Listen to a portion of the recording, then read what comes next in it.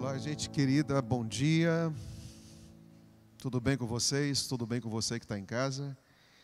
É muito bom tê-los mais uma vez aqui nesse programa especial de mobilização, de intercessão, de busca diária da pessoa do Espírito Santo, que é essencial em nossa vida. Muito obrigado pelo envolvimento que você tem com a sua família, com o envolvimento que você tem com a sua igreja, nos diferentes lugares desse país e também do mundo, com os 10 dias de oração. E obrigado também à igreja de Botafogo, que está aqui hoje cedinho buscando a presença de Deus junto com a gente.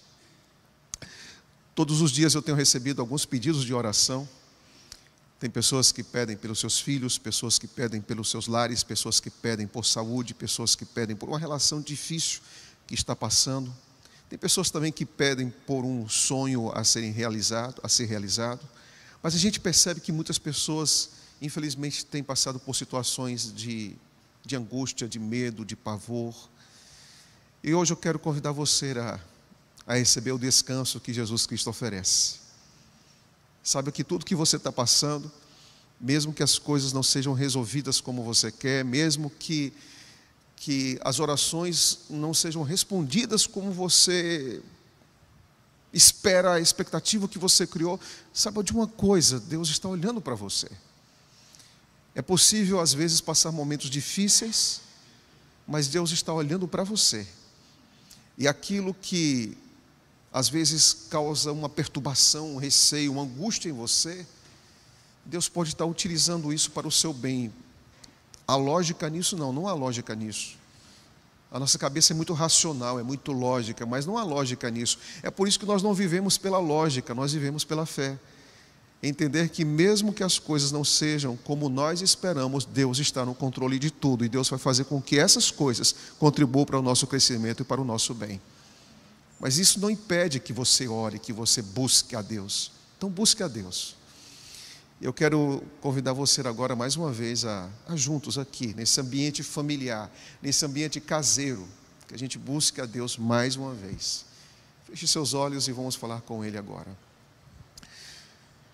Bom Deus, como é doce, como é agradável orar, mesmo quando o peso da vida cai sobre os nossos ombros.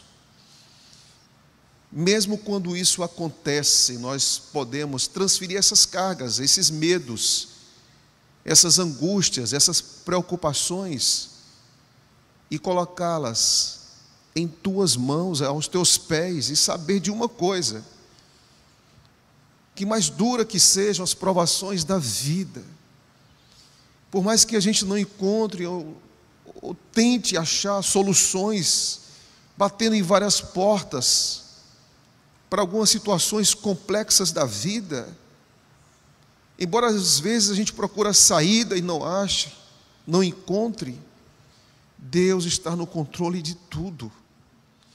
Mesmo que as orações não sejam respondidas aqui e agora, Deus está no controle de tudo. Mesmo que eu não receba as bênçãos que eu espero talvez há tanto tempo, Deus está no controle de tudo.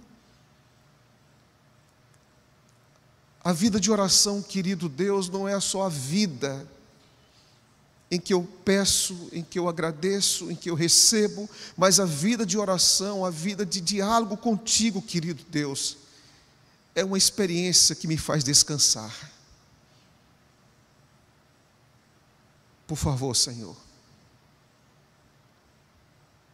escuta essa mãe que ora, esse pai que ora. Por favor, Senhor, escute esse filho que talvez esteja tão preocupado com algumas situações em sua vida. Escuta aquele líder, aquele chefe de trabalho. Escuta, Senhor. Que a maior evidência das nossas orações, bom Deus, seja o desejo sincero de viver Tua vontade e Teus planos para a nossa vida.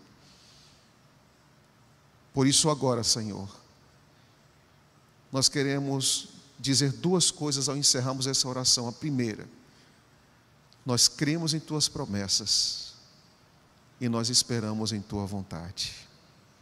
Que o Senhor nos dirija nessa manhã, em nome de Jesus.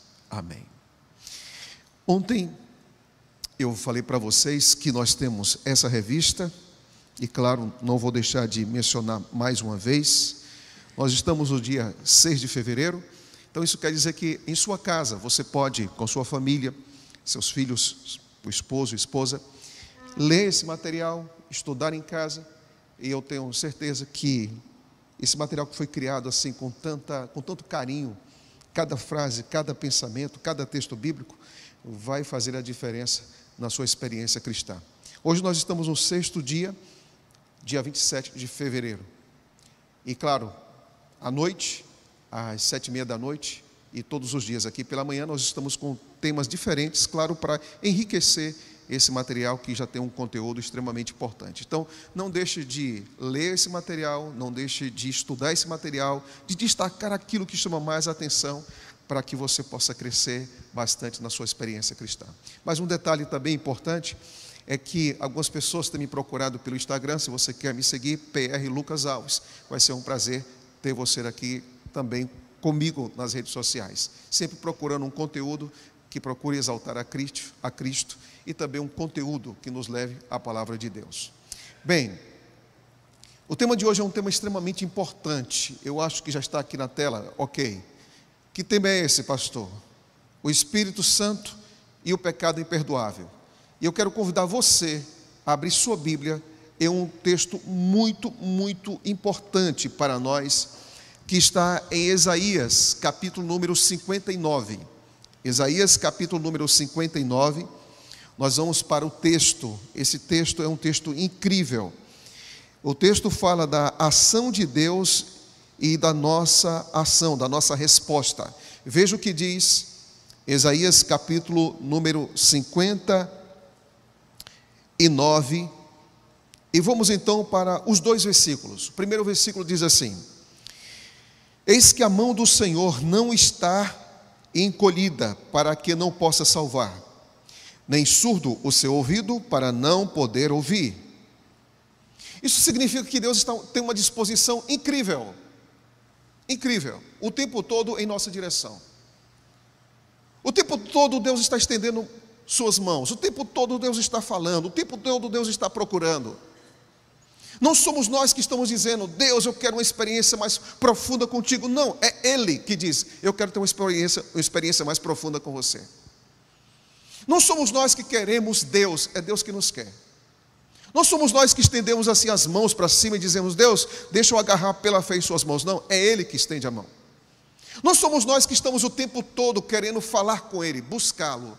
É Ele que está o tempo todo nos buscando. Sempre a iniciativa é dele, todo o tempo a busca é dele, a voz é dele, os passos são dele. Mas existe uma coisa que nos separa, existe uma coisa que nos impede de ter uma experiência profunda, concreta, sólida com Deus. Você pergunta: o que é, pastor? O verso seguinte diz, venha comigo, olha o que diz: mas as vossas iniquidades fazem separação entre vós e o vosso Deus, e os vossos pecados encobrem o seu rosto de vós, para que vos não ouça. É interessante que aqui vai dizer, a Bíblia apresenta 3 maneiras de como Deus quer ser íntimo de nós, de cada um de nós. Diz assim: o Senhor está com o seu braço estendido, Depois ele diz: mas vocês praticam iniquidade e o seu rosto cobre rosto, para que não ouça. Aqui trabalha braço, rosto e a voz de Deus para dizer a mesma coisa. O quê? Deus quer intimidade com a gente. Deus não quer distância. No plano de Deus, na caminhada, na jornada da vida cristã, não existe um Deus que quer ficar distante de você. Nós temos um Deus próximo, que quer ser íntimo da gente. Quando Deus pensa em você, Deus pensa em intimidade, aproximação, e não distanciamento. E não é aquela coisa de um dia feliz, muito próximo, muito abençoado, que foi muito bom aquela programação da igreja, aquele evento que a gente teve. Pastor, como seria bom que isso durasse.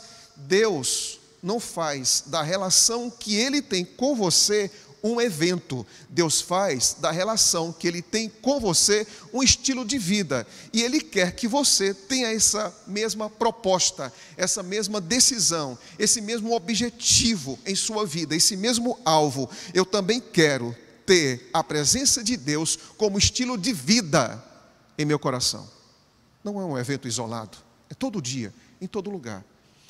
Mas Ele diz: mas as vossas iniquidades. A palavra iniquidade aqui é avon, do hebraico, é a mesma palavra que do grego é anomia e adiquia. O que é isso, anomia, adiquia? Seria mais ou menos o seguinte: iniquidade é sem lei e sem justiça. Ou seja, o que seria então essa palavra iniquidade? É dizer mais ou menos o seguinte: eu não estou nem aí para aquilo que Deus pensa a meu respeito. Eu não estou nem aí para os mandamentos de Deus. Eu não estou nem aí para a vontade de Deus. Seria mais ou menos isso, essa palavra iniquidade. O que é iniquidade? O que é uma pessoa iníqua? É uma pessoa injusta, perversa, maldosa, que sabe o que é correto, mas não pratica. Quando você olha para Mateus, que algumas pessoas disseram: eu fiz isso em seu nome, eu fiz aquilo em seu nome. Deus diz: não, afastai-vos de mim, vós que praticais a iniquidade. É a mesma palavra. Você sabia o que eu esperava de você, mas a sua vida não esteve em harmonia com a minha própria vontade. O texto está falando que a separação é responsabilidade nossa, não é de Deus.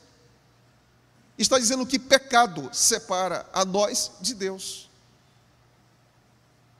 E quando nós entendemos isso, a pergunta que fica é: se o pecado nos separa de Deus, qual é o pecado que mais nos separa de Deus? E aqui vem um detalhe, tá? A vida toda a gente ouve as pessoas dizerem o seguinte: não, mas para Deus não existe pecadinho, pecadão. É claro, em sua essência, o pecado nos separa de Deus, em sua essência é isso. Mas em suas consequências, se um pai conta uma pequena mentira para o filho: pai, o senhor comprou o presente de Natal para mim. O pai diz: não comprei. E depois apresenta uma bicicleta. Ele mentiu. Mentira é pecado? É pecado. Mas as consequências disso, depois que ele dá a bicicleta e tudo mais, é uma consequência grande ou pequena? Pequena. Em sua essência, alguém que tira a vida de outra pessoa é a mesma coisa, em sua essência, uma separação de uma mentira que um pai contou para o filho. Mas as consequências são maiores, são bem maiores. Quando a gente olha para isso, a pergunta é: que pecados nos separam tanto de Deus? Qual é o maior pecado que nos separa de Deus? Será que o maior pecado que nos separa de Deus é o homicídio, como Moisés cometeu? Não, porque Moisés tirou a vida de um egípcio e fugiu. E lá no deserto, 40 anos depois, Deus fez um chamado para Moisés, e ele voltou. Será que é adultério? João 8 diz que a mulher foi pega em adultério, flagrante adultério. Será que é isso o maior pecado que existe, que não existe retorno, que não existe recomeço, que não existe volta? Será que é isso? Quando nós falamos de pecado, será que é aquilo que Zaqueu praticou? Que construiu uma vida cheia de tesouros, com fraude, com mentira, com suborno, com engano? Será que é isso? Não, porque ele disse: não, eu vou devolver aquilo que eu peguei, aquilo que não era justo. Então isso quer dizer que uma pessoa pode tirar a vida de outra pessoa e ainda tem esperança. É possível que a pessoa tenha desviado milhões do seu setor de trabalho e tenha cometido fraude, mas tem esperança. É possível que uma pessoa tenha vivido uma vida de adultério, mas ainda tenha esperança. Então a pergunta que fica é: qual é o pecado que é tão pesado que não dá para ter retorno? Abra sua Bíblia em Mateus capítulo número 12 e versículo de número 31. Jesus estava curando um endemoniado, cego e mudo. E Deus estava falando. O garoto que estava aprisionado, um pai desesperado, um garoto que não tinha mais vontade, não tinha mais vida, era só passageiro. E o pai desesperado já deveria ter batido em várias portas, já deveria ter falado com vários rabis, já deveria ter falado com várias pessoas, ninguém trazia solução para ele. Mas um dia ele escutou a respeito de Cristo, e ele colocou todas as fichas, acreditou nas promessas, ouviu falar de um rabino, e pegou seu filho pelas mãos e conduziu até Jesus Cristo. E Jesus Cristo recebeu esse rapaz, o demônio foi expulso, e os religiosos que estavam ali ao redor deles disseram: não, isso é manipulação, isso aí não é verdade, isso aí é um jogo. Esse Jesus aí, esse rabi aí, esse mestre, ele está manipulando vocês, isso é uma encenação, porque ele também está sendo usado por Satanás. Olha só que acusação séria. Mas tudo o que Cristo estava fazendo era graça atrás de graça e mais graça. E essa resistência, o verbo encarnado, as palavras de Cristo, as ações de Cristo, o poder de Cristo, os milagres de Cristo, provocavam nesses homens, sabe o quê? Mais resistência e mais ódio e mais perseguição. E olha o que Jesus Cristo diz, versículo número 31. Por isso vos declaro, todo pecado e blasfêmia serão perdoados aos homens, mas a blasfêmia contra o Espírito não será perdoada. Por que tudo é perdoado, mas há uma coisa que não é perdoada?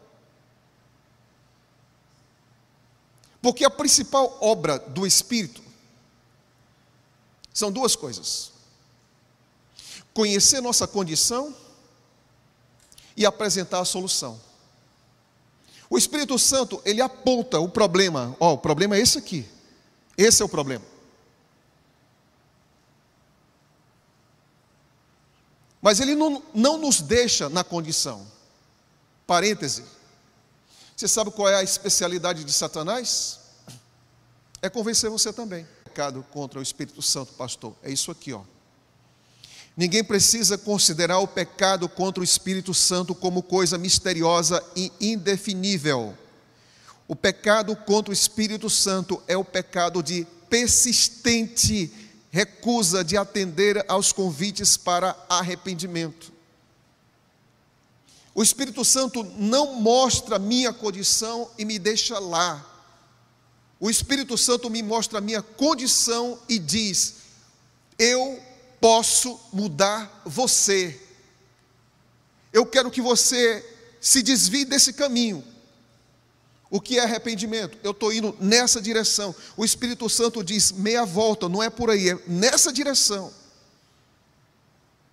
E aquilo que me dava prazer, me dá agora repulsa. Aquilo que me dava alegria, pela obra do Espírito Santo, me dá tristeza. Aquilo que me afastava de Deus, eu digo: eu não quero mais esse afastamento, eu quero intimidade. O Espírito Santo me dirige. Aquilo que muitas vezes provocava em mim uma sensação de alívio ou de gozo, virou para mim objeto de negação e de renúncia, porque é essa obra que o Espírito Santo faz. O Espírito Santo trabalha na minha e na sua vida, todo o tempo, em todos os lugares, para que você não perca a sua intimidade com Deus. Intimidade com Deus. Intimidade com Deus não é evento. Intimidade com Deus não é um dia da semana. Intimidade com Deus não é uma semana de oração. Intimidade com Deus não são 10 dias. Intimidade com Deus são 365 dias do ano, 24 horas por dia. Que a nossa vida tenha prazer na presença de Deus. Que a nossa vida tenha sede de Deus. Algumas pessoas às vezes costumam dizer: não, mas no passado a igreja era assim, no passado a igreja era assado. Não, porque quando você entra na igreja você tem o primeiro amor. Escuta uma coisa, a vida em Cristo é uma vida abundante, e cada dia que passa, apesar de tudo, a vida de Cristo, em Cristo é uma vida melhor a cada dia, apesar de tudo. Você não fica estancado. Você não se torna um cristão, aí depois se torna altamente especialista na superficialidade, altamente crítico, altamente formal, altamente só olhando o exterior da vida, extremamente nominal, frio, indiferente, morno, achando que vida cristã é uma espécie de aquilo que eu sei. Eu já sei das doutrinas da igreja. Eu já ouvi muitos sermões. Sim, mas qual é o efeito disso em sua vida? Porque eu já tenho tanto tempo de igreja. Sim, mas o que é isso em termos práticos em sua vida? O que a graça tem feito em sua vida todos os dias? Não é quantidade de tempo de igreja. Não são funções que você ocupa dentro dessa igreja.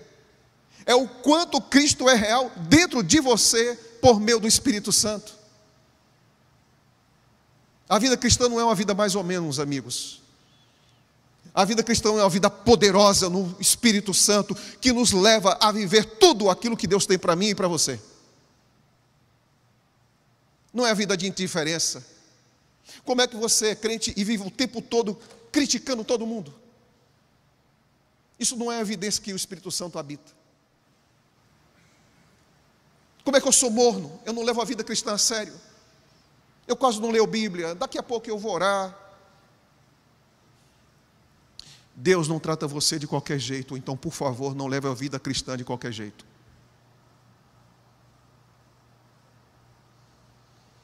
Quando Deus pensa em você, Ele pensa em intimidade. E Ele quer que você torne em sua vida Ele o primeiro. Que Ele seja seu amigo, sabe? Não importa qual é a trajetória e o curso da sua vida hoje. O Espírito Santo, Ele não para de nos levar para a intimidade com Cristo Jesus. Você diz: pastor, isso foi só no Novo Testamento, como tem muitos que pensam, sempre fazendo uma divisão que não existe, né? A Bíblia de Paulo foi o Antigo Testamento, a Bíblia de Jesus foi o Antigo Testamento. E onde é que o Espírito Santo está trabalhando no Antigo Testamento? Vamos dar uma olhadinha.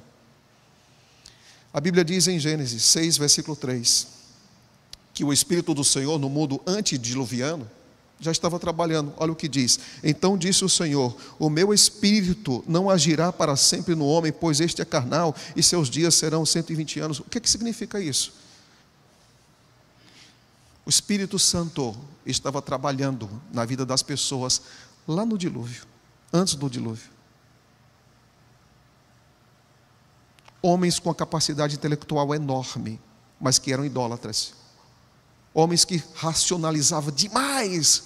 Um homem velhinho disse que vai chover e tudo mais, mas a nossa razão, as nossas conclusões científicas, os nossos estudos comprovam que é impossível, a possibilidade de chover é zero, não vai acontecer nada. Cuidado com uma coisa, Deus está tantas vezes falando com você e você só vive racionalizando.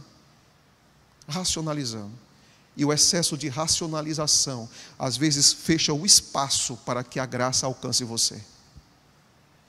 Quando nós olhamos para a experiência do faraó, ele também endurece, porque Deus fala, e ao falar, ele está resistindo. Por que a Bíblia diz que Deus endureceu o coração do faraó? Não é que ele seja o autor de dominar a vontade, porque seria contrário aquilo que Ele nos deu, que é livre-arbítrio. Se Deus jogasse por terra a vontade de Faraó, Ele jogava por terra aquilo que Ele deu para Faraó, que foi a capacidade de tomar decisões. Mas Deus é o agente que apresenta todos os sinais. E por ser o agente que apresenta todos os sinais, a Bíblia diz, Deus endureceu, não no sentido de interferir na vontade, mas apelar tantas vezes e ele resistir. E para ficar mais claro, o texto diz, pois aconteceu que endurecendo-se Faraó para não nos deixar sair. Quer dizer que o coração do ser humano pode ser endurecido? Pode. Quer dizer, pastor, que eu posso cometer o pecado contra o Espírito Santo ainda nos dias atuais? Sim. Sim. O que me chama a atenção é que quando você olha para o que diz o livro Vidas que Falam, o texto comentando sobre Faraó diz: cada nova evidência do poder de Deus a que o monarca egípcio resistia, levava-o a desafiar mais determinada e persistentemente a Deus. Este caso é uma clara ilustração do pecado contra o Espírito Santo. É você viver numa condição e Deus está dizendo, sai dessa. É você continuar no caminho e Deus dizer, muda. É você continuar dentro de um relacionamento que Deus está dizendo, não é para você, sai dessa, e você ainda continua nessa condição. E a gente vai perdendo a noção das coisas. Quando nós vamos para essa experiência de Faraó, Alberto Tinho, teólogo adventista, diz, em vez de se humilhar e arrepender-se, Faraó se fechava cada vez mais aos apelos divinos. Cada novo apelo para abrandar o coração acabava gerando um efeito contrário, de endurecimento. Isso quer dizer que se eu não me render, o que vai acontecer? Eu vou endurecendo. Quando entrei nessa igreja, 2 meses depois, eu fui estudar no ENA, Educandário Nordestino Adventista. 2 meses depois. E eu fui privilegiado, porque eu fui fazer uma entrevista, naquela época não tinha nem recursos humanos, era DP, e eu cheguei na escola e alguém me disse o seguinte, olha Lucas, a gente tem aqui o privilégio de dizer para você que você vai trabalhar no setor de importação do ENA. Eu fiquei feliz, eu disse, rapaz, Deus é bom demais. Eu acabei de ser batizado, 2 meses depois fui para o ENA, e aí vou trabalhar no ENA e já trabalho no setor de importação. Olha que coisa boa. Aí eu pensei no escritório, um birô, ar-condicionado, cevadinha, bolachinha. Pensei nisso tudo na hora. Aí me colocaram para a vacaria. Todas as vacas vinham da Holanda, né? Era disseminação. E eu tinha que acordar 3h30 da manhã. Eu nunca peguei na minha vida, como dizia o meu pai, um cabo de enxada. Nunca peguei. Em uma pá, nunca peguei. Um carrinho de mão, nunca peguei. E esses foram os meus instrumentos de trabalho. Na primeira semana, as minhas mãos começaram a ficar cheias de bolhas. Eu ia para o refeitório e pegava o garfo e a faca com as pontas dos dedos. Extremamente sensíveis. Mas com o passar do tempo, 1 mês, 2 meses, os calos foram aparecendo. E então eu resisti à dor. Existe uma coisa, sabe? No mundo espiritual, você não pode perder a sua sensibilidade. Às vezes tem muitas pessoas que vivem reclamando, Deus não fala comigo. Deus não se dirige a mim. Não, Ele fala. Muitas vezes é a nossa condição que prepara nosso cérebro para uma resistência e que nos impede de ver com clareza de que Ele está falando conosco. E nessa manhã de terça-feira, tenha certeza de uma coisa, não importa onde você esteja, quem você é, Deus está falando com você. Volta para os seus braços. Não resista. Não faça nada e nem pense em nada que te afaste dos braços do Deus Todo-Poderoso, porque ali é o seu lugar. Na Bíblia, nós vamos encontrar um homem que me chama muito a atenção, sabe? Saul, quando ele é chamado por Deus, A Bíblia diz que ele foi usado pelo Espírito de Deus. Mas Saul foi tão resistente, tentou tirar a vida do filho, perseguiu Davi, e todas as pessoas que falavam com Saul, ele resistia, o tempo todo resistia. Você sabe qual é o problema? Muitas vezes Deus está usando pessoas para nos mostrar um caminho e a gente não está aceitando. E quando mais nós resistimos, é possível, pastor, então, que nós cometamos o pecado contra o Espírito Santo e ele se afaste de nós e a gente perca a salvação? Sim, é possível. Porque aqui diz, depois que o Espírito do Senhor se retirou de Saul e não voltou mais. Teve um homem chamado Davi. O que aconteceu com Davi? Homem de Deus. Os salmos estão aqui registrando cada experiência fantástica que esse homem de Deus teve com Deus. Mas um dia começou a provocar, aliás, a promover fantasias eróticas, desejos sensuais com uma mulher que não era dele. Depois pegou todo o poder que havia em suas mãos, para pecar. Mandou alguém trazer Betseba para ter relação com ela dentro da sua própria casa. Mas graças a Deus que Davi se arrependeu. Mas Davi disse algo bem interessante. Ele disse, não me repulses da tua presença, nem retires o teu Santo Espírito. Por que Davi disse isso? Porque sem o Espírito você não tem arrependimento genuíno. Sem o Espírito você não tem entrega genuína. Sem o Espírito você não é transformado. Sem o Espírito você não é regenerado. Por isso que Davi disse, eu quero recomeçar. E por favor, o meu recomeço precisa ser uma evidência forte, concreta, de que o Espírito Santo está trabalhando em minha vida. E Davi ora dizendo, não afaste de mim o teu Espírito.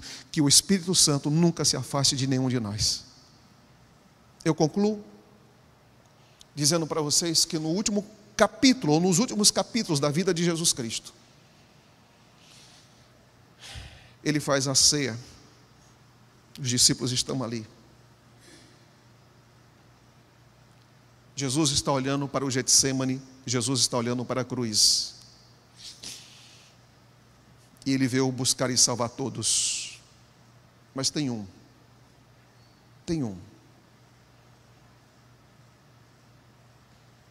que ele fez um trabalho extraordinário para salvar. E esse um foi Judas. Judas, né? Às vezes a gente olha para Judas como uma pessoa tão distante da realidade, mas tão distante da realidade. Não enxergue Judas assim. Não enxergue Judas assim.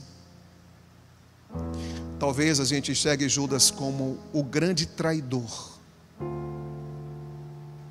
De fato foi um traidor. Mas talvez tenha uma outra característica que poucas vezes a gente fala de Judas.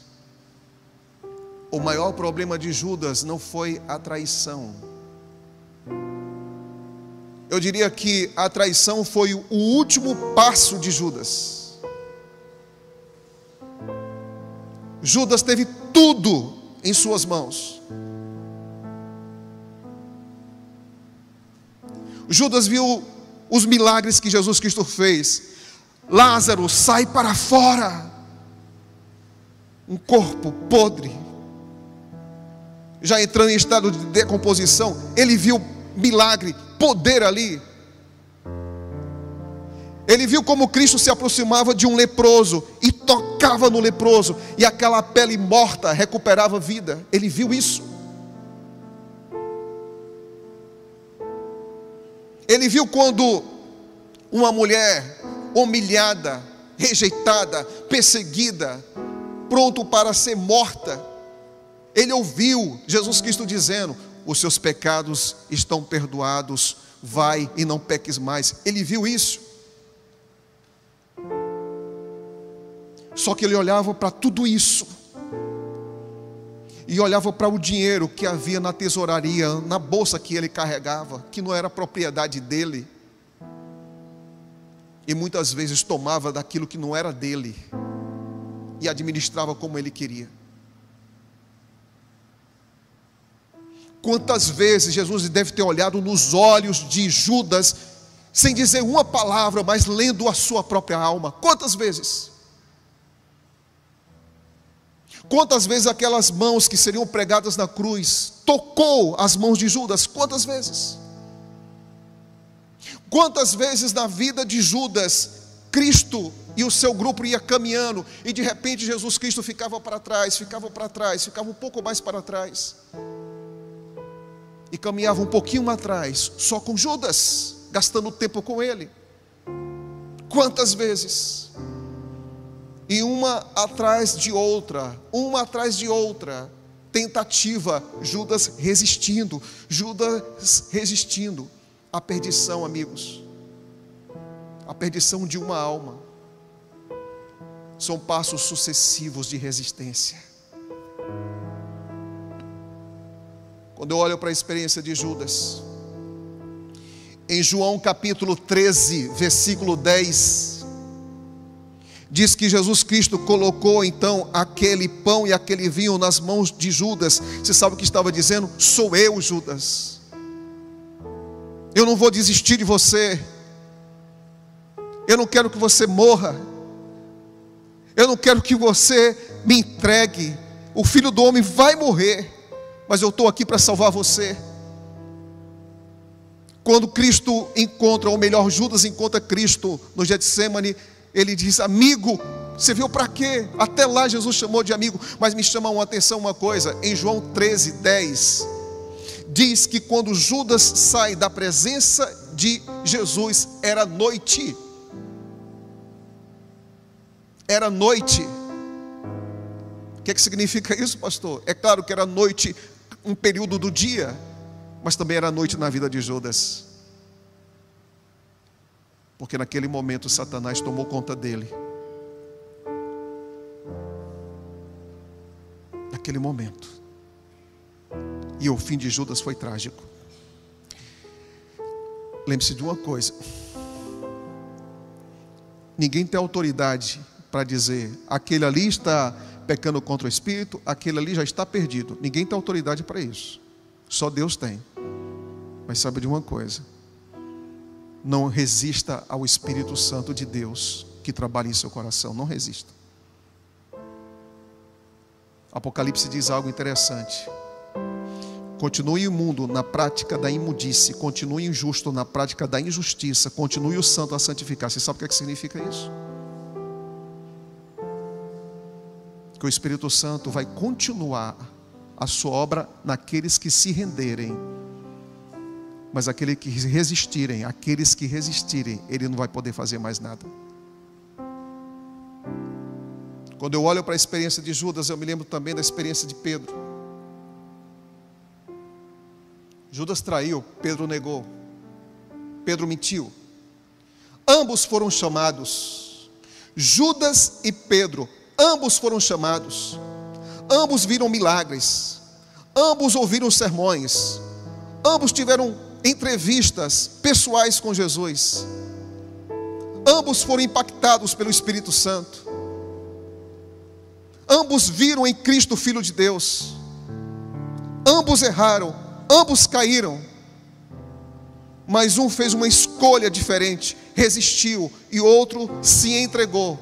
Na vida nós vamos ter duas escolhas: ou resistência ou entrega. Nessa caminhada eu percebi uma coisa: na vida cristã você tem que se entregar. Sabe quando? Você se entregou a Cristo quando? Quando foi que você se entregou a Cristo? Eu quero dizer que hoje é dia de entrega de novo. Ah, pastor, eu entreguei minha vida 10 anos atrás, há 20 anos atrás. Foi, você fez isso, mas faça isso hoje. Você sabe por quê? Ou você tem na vida cristã uma vida de resistência, ou você tem uma vida de rendição. E o cristão tem que aprender algo: nós temos que estar se entregando todos os dias, nós temos que estar se rendendo todos os dias, nós temos que estar se entregando todos os dias. Que hoje em sua vida seja dia de entrega. Quanto mais você se entregar, menos você vai criar camadas em seu coração que resistam à voz de Deus. Não é Deus que não fala, somos nós que nos afastamos dele. Mas a voz dele está falando com você hoje, nessa terça-feira, dizendo: eu quero você de volta aos meus braços. Você crê nisso? Você crê nisso? Você que está em casa, é hora de voltar. Deus não quer parte da sua vida, Deus quer você por completo. Onde você estiver agora, diga para Deus: Deus, eu não quero resistir mais à voz do teu Espírito. E hoje, terça-feira, eu vou tomar algumas decisões de consequências enormes, talvez de consequências eternas. Mas hoje eu vou abrir mão de algumas coisas, por tua graça, que tem me afastado de ti, porque eu quero voltar e nunca mais sair da sua presença. É isso que você quer hoje? Deus vai te dar forças. Deus te abençoe.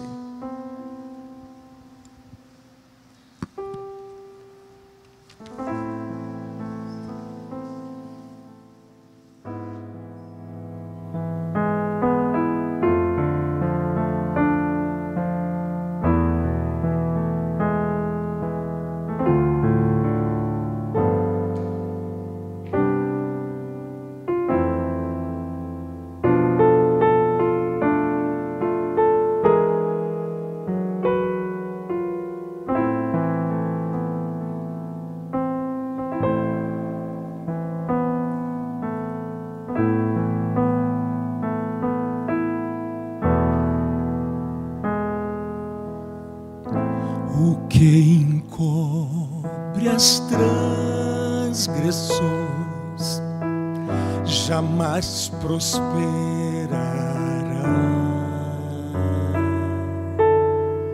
Quem seus pecados esconder, Deus o condenará.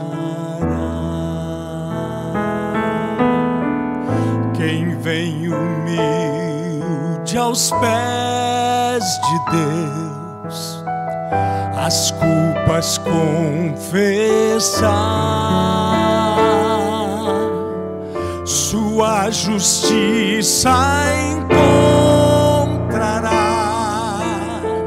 e a paz há de alcançar.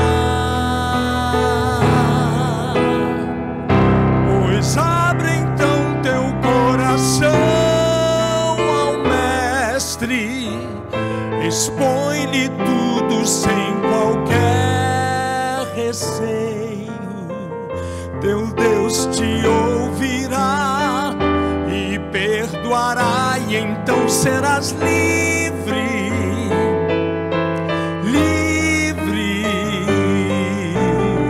Se abrires o teu coração ao Mestre, verás que Ele é fiel e justo.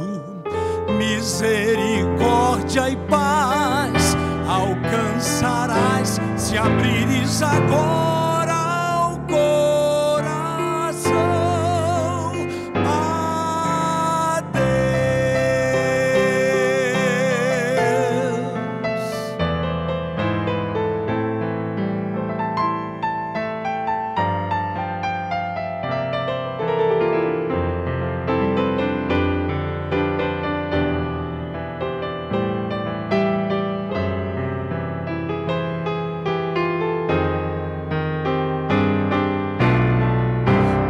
Abre então teu coração ao Mestre, expõe-lhe tudo sem qualquer receio.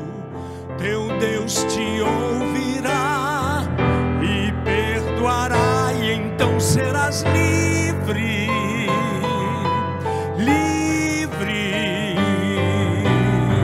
Se abrires o teu coração ao Mestre, verás que Ele é fiel e justo. Misericórdia misericórdia e paz encontrarás se abrires agora o coração a Deus, se abrires agora o coração a Deus.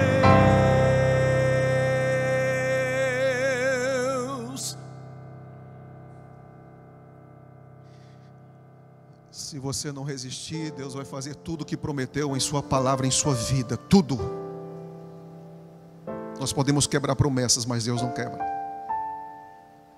Nós podemos achar que a gente foi numa condição tão distante que nós não podemos voltar mais. Isso é mentira.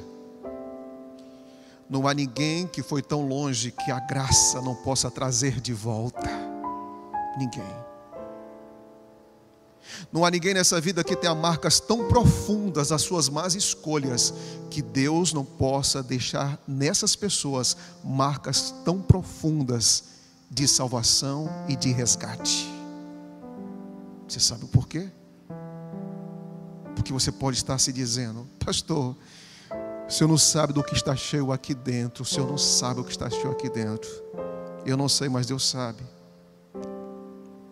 E a palavra de Deus diz que onde abundou o pecado, superabundou a graça. Se o seu coração foi celeiro de pecado, seu coração pode ser alvo da graça de Deus. E aquilo que levou você a desenvolver um caráter tão distante por suas decisões erradas, Deus é capaz, com seu Espírito, de reconstruir em você e devolver a você e dar a você a estatura de um filho dele. Os estragos que o pecado pode fazer são enormes. Os estragos que o pecado pode fazer são enormes. Mas as ações da graça de Deus em sua vida são poderosas. E é por isso que o Espírito Santo não vai deixar de trabalhar em seu coração. Feche os olhos e vamos falar com Deus. Bom Deus, obrigado. Obrigado porque nessa manhã de terça-feira o Senhor nos chama pelo nosso próprio nome. O Senhor lê o nosso coração.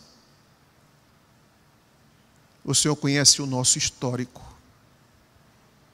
Mas obrigado, Senhor. Obrigado por não desistir da gente. Obrigado por não se distanciar de nós. Obrigado por não virar as costas e ir em outra direção oposta, mas obrigado porque apesar de tudo o Senhor vem em nossa direção.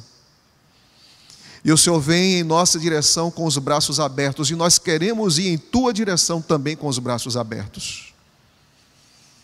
Que nesse mundo de tantas vozes, que nenhuma voz seja mais nítida, mais clara, mais direta ao nosso coração do que a voz do Espírito Santo. Nos guarde hoje, nos dirige hoje, em nome de Jesus. Amém.